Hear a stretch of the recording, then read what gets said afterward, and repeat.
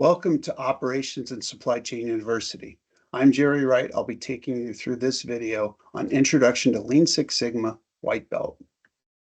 We're now in section 5 of 5. We're going to look at the Lean Six Sigma belt levels, white, yellow, green, and black. And then we're going to talk about next steps on your Lean Six Sigma journey, what makes sense for you. So the Lean Six Sigma tools by belt level, there are typically five levels of belts for Lean Six Sigma. There's the white belt, which is just basically beginning, introduction, overview. It's usually less than a couple hours of training. Yellow belt, so this is kind of more of the beginner, but there's more in-depth training. There's usually some type of test, maybe a small project is completed as you apply the learning. And typically 8 to 12 hours of training is normal. And there's usually not a prerequisite. You could have, gone through a white belt, but it's not required. Now, green belt, this is where we get a little more in-depth. This is intermediate or extensive in-depth training. There's usually an exam you have to take and a green belt level project with a presentation are required for certification. And it typically is 40 hours of training plus all your project time. Now, the prerequisite for green belt is yellow belt. You want to have the yellow belt training before you head into green belt because it's important to know that. Next is the black belt. This is an advanced, extensive training with a focus on Six Sigma, inferential statistics, design of experiments, coaching and mentoring. There's an exam as well as you have to do a black belt level project, present it to get your certification. It's typically at least 40 hours of training, and a prerequisite is you have to get your green belt before you get your black belt. Now, the last level, and this is not as common, is the master black belt. This is advanced training and certification, and it can only be made through application and experience leading Lean Six Sigma programs, completing multiple projects, and coaching and mentoring other Lean Six Sigma green and black belts and yellow belts. The prerequisite, from my perspective, is you need to have your black belt certification and 5 years or more of leading Lean Six Sigma programs.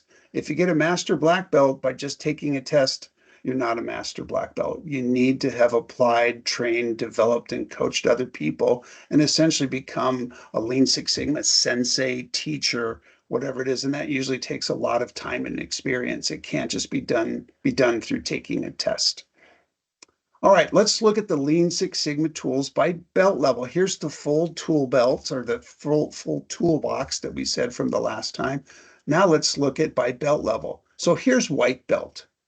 Pretty much just the 8 ways, what's value added, non-value added, what's a Sigma level, talk about variation and DMAIC. It's just an introduction. It's very simple, very easy to do. Now, yellow belt gets a little more involved. We get into all the other tools, A3, 7S, Kaizen, one-piece flow process mapping. And we also look at root cause problem solving, 5 whys, and fishbone diagrams. So we get a little bit more in here. It's obviously very focused on lean, not as much on Six Sigma. We're not ready for that yet. Now, if you get your yellow belt, you can go on to the green belt. Now, the green belt, boy, there's a lot of tools here. Except for some of the key things you hit in the black belt level, you're covering a lot of territory, a lot of tools in the green belt. That's why it takes more time. It typically costs more. You got to do a project. You have to take an exam, and it takes a good bit of learning. So again, the green belt, much tougher, much more challenging. This is actually a really good skill set to attain. I tell most people, if you just get your green belt, you're going to be armed with a fantastic toolbox, an array of things you can use to solve problems, do continuous improvement. It's a really, really important belt series. Now the black belt. So we've added some more. If you notice, see the difference? We've added some more coaching. We're getting now into inferential statistics. We're getting into p-values, hypothesis tests, analysis of variance, design of experiments. Design of experiments is a big part of the Lean Six Sigma black belt. It's a lot more on data gathering, analysis, polls, surveys, all those kind of things, and a lot of tests and things. It's more software oriented. You typically need to have some type of software like Sigma Zone, SPCXL or Sigma Zone, DOE Pro or Minitab, and there's many others out there. But you need to have some statistical software to help you because just Excel alone won't get you through the black belt process.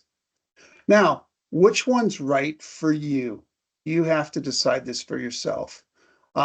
Do you want a white belt? Sure. If you finish this series, you're probably at that point and would get your white belt. It's a great starting point, and it's a good introduction for anyone interested in Lean Six Sigma.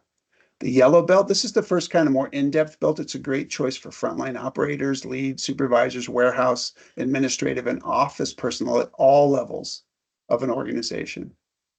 Green belt, okay, now this is where the rubber meets the road, so to speak. It's ideal for operations leaders, managers, technicians, engineering and quality professionals, anybody who wants to really develop their Lean Six Sigma capabilities. And often you can stop here.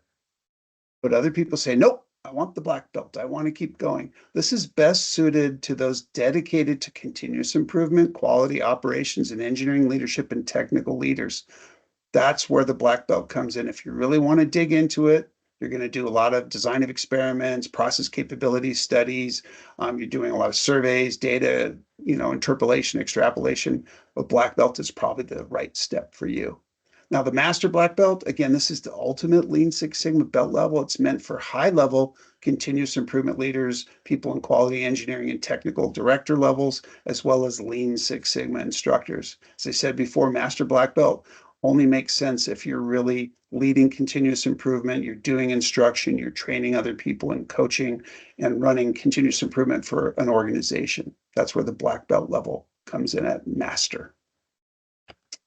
So next steps, you have to decide, what do I want to do? Let's take that next step. Speak with your manager or your sponsor to determine what's the best level of training for you in your current role. Or if you want to just do it for your own personal benefit, let's get going. Consider higher levels of training as your Lean Six Sigma skill set grows. You've gone through the white belt if you're on this video.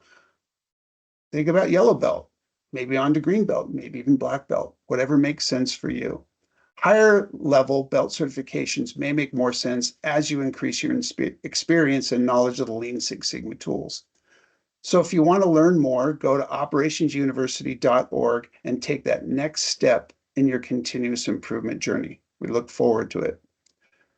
At the end of each series, we like to provide recommended reading resources and other things. Here's a couple that I think are worthwhile if you want to go back and find out about how Lean came to the US. You can read The Machine That Changed the World by Jim Womack and Dan Jones and Daniel Roos. Lean Thinking, another one by Womack and Jones, is a great way to get a basis on where did Lean come from, Lean Thinking. And then finally, the Lean Six Sigma Pocket Toolbook. I've used this one extensively. It's a really handy reference from Michael George, David Rowlands, Mark Price, and John Maxey. Very popular book, and it gives you the Lean Six Sigma tools, and you can reference them and look them up at any time if you need to. So again, these are three great resources as you start on your Lean Six Sigma journey. That's it for this video series. I hope you enjoyed it. We'll look forward to you at further Operations and Supply Chain University video series. Thank you.